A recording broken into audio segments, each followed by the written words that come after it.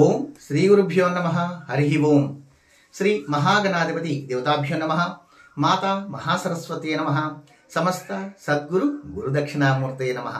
Doctor Jandhyala Sastri YouTube channel వీక్షిస్తున్నటువంటి భక్తులకు సేవకులకు అందరికీ కూడా జగన్మాత శ్రీచక్ర స్వరూపిణి పార్వతీమాత దివ్య ఆశీస్సులు తెలియజేస్తూ శ్రీ విశ్వావసనామ సంవత్సరం ఉత్తరాయణం వసంత ఋతువు వైశాఖ మాసం బహుళ అష్టమి మంగళవారం రాత్రి 12:19 వరకు, అలాగే ధనిష్ట నక్షత్రం మధ్యాహ్నం 3:37 వరకు, అమృత గడియలు ఉదయం 7:05 వరకు, వర్జ్యం రాత్రి 10:34 నుండి 12:07 వరకు, దుర్ముహూర్తం ఉదయం 8:12 నుండి 8:57 వరకు, తిరిగి రాత్రి 10:47 నుండి 11:32 వరకు, సూర్యోదయం ఉదయం 5:31, సూర్యాస్తమయం సాయంత్రం 6:21. ముఖ్యంగా ఈరోజు అష్టమి మంగళవారము, ధనిష్ట నక్షత్రము అంటారు.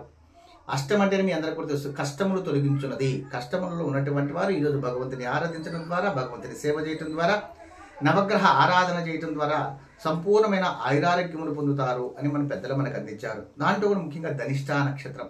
ధనిష్ట నక్షత్రం అంటేనే కుజ నక్షత్రం. అందులో మకర రాశికి కుంభరాశికి 2 పాదములు మకర రాశి, 2 పాదములు కుంభరాశి చెందినటువంటిది ఈ యొక్క ధనిష్ట నక్షత్రం. కాబట్టి ఈ యొక్క ధనిష్ట నక్షత్ర పూర్వకంగా మనం గమనించినట్లయితే ఏలిన నాడు శనీశ్వర ప్రభావం జరగడం ఒకటి, అట్లాగే కుజుడు షష్ఠమ స్థానంలో ఉండటము.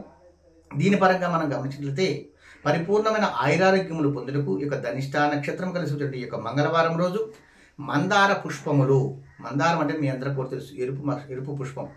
ఇంతకు ముందు రోజుల్లో ఆరోగ్యం కోసం కూడా మందార తైలం రాసుకునేవారు. అమ్మవారి పూజా కార్యక్రమాల్లో అమ్మవారికి కూడా శక్తి వచ్చేదాని కోసం మందార తైలం రాస్తూ ఉంటారు.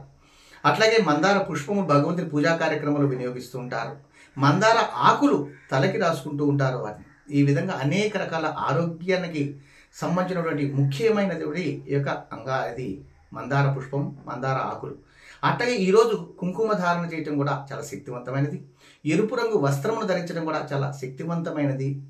చాలా ఉన్నత స్థితికి పెంపొందించే గొప్ప అవకాశానికి మనకు అతి దగ్గరికి చేరుస్తుందని మీ అందరికీ కూడా తెలియజేస్తూ, ఈరోజు ముఖ్యంగా 21 మందార పుష్పములతోటి స్వామిని ఆరాధించడము, అటువంటి అవకాశం లేనటువంటి వారు 7 మందార పుష్పములతోటి, అన్నీ కూడా దొరికినటువంటి వారు 3 మందార పుష్పములు భగవంతునికి సమర్పించి సంపూర్ణమైన ఆయురారోగ్యములు పొందాలని, ఈరోజు అంగారకుడికి అభిషేక కార్యక్రమం చాలా శక్తివంతమైనది.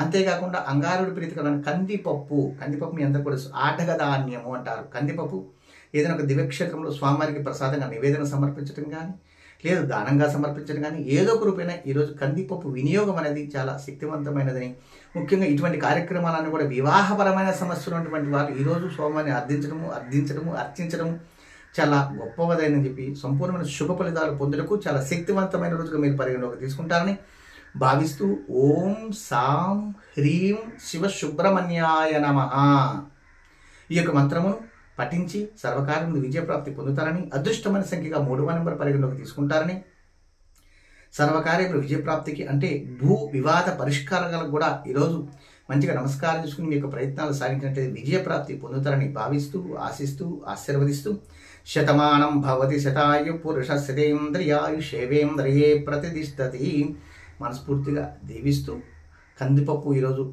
ఎవరికైనా ఇవ్వటం కానీ, ప్రసాదంగా సమర్పించడం కానీ, మంత్రాన్ని పఠించటము, అట్లాగే కుంకుమ ధారణ చేయటం తప్పకుండా చేస్తారని, ఆచరిస్తారని తెలియజేస్తూ మీ గురుస్వామి నరసింగోలు. ఆయుష్మాన్ భవ.